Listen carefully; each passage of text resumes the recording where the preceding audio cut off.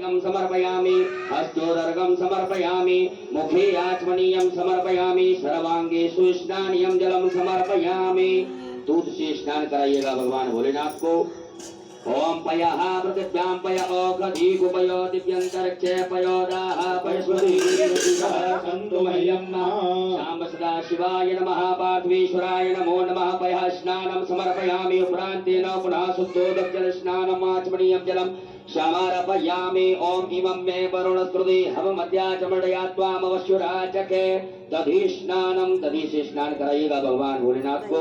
ओम दधिद्रावणोवकारिकञ्जसोरसुराजिनः स्वरव्योमुखाकर्पणायुमुदितारिकता साम्ब सदा शिवाय नमः पार्थवीश्वराय नमः। दधि स्नानं समर्पयामि पुनः शुद्धोदकजलस्नानं समर्पयामि नमः।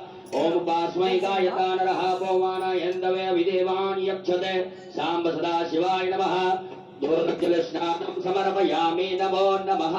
उपरांतर्गतेन घृतस्नान से स्नान कराइएगा। ओम घृतं मे मिक्षे घृतमसयो नृते श्रितो घृतं पश्यधाम अनुफलमावहमादेषु स्वाहा घृतं मृगवक्षीयं शाम्ब सदा शिवाय नमः पार्थवीश्वराय नमः। घृतस्नानं समर्पयामि पुनः शुद्धोदकजलस्नानम् आचमनीयं जलं समर्पयामि नमः। ओम इमं मे वरुणस्पति हवमध्याचमडया त्वाम